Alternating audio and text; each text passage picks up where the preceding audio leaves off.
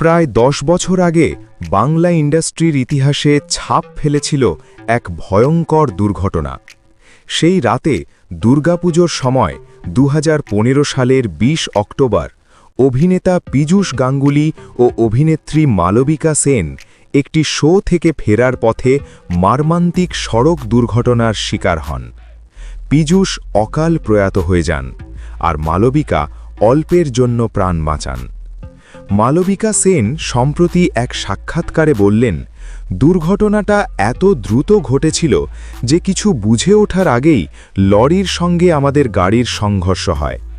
আমার চেয়ে পীযূষ তার আঘাত ছিল অনেক গুরুতর। আমি শুধু সামান্য আহত হয়েছিলাম, পিঠে হাড়ে সমস্যা আর কানে অপারেশন হয়েছে। তিনি আরও বলেন, আমরা হাইওয়ের ধারে দাঁড়িয়েছিলাম, ফটোগ্রাফার গাড়ি থেকে নেমে গিয়েছিলেন, আমি এবং পীযূষদা ভেতরে বসেছিলাম। হঠাৎ একটি ছোট গাড়ি এসে ধাক্কা দেয়। আমি সঙ্গে সঙ্গে অজ্ঞান হয়ে যাই। পরে যখন জ্ঞান ফিরল তখন হাসপাতালে ছিলাম। পীযূষদাকে চিকিৎসা চলছিল, কিন্তু মাল্টি অর্গ্যান ফেল হওয়ার কারণে তিনি মারা যান।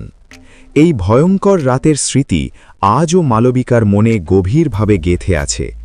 বাংলা ইন্ডাস্ট্রির জন্য এটি একটি অবিস্মরণীয় মুহূর্ত, যেখানে একজন প্রতিভাবান অভিনেতার জীবন হঠাৎ শেষ হয়ে যায় আর সহকর্মীর মনে থেকে যায় সেই ভয়ঙ্কর ঘটনার দাগ।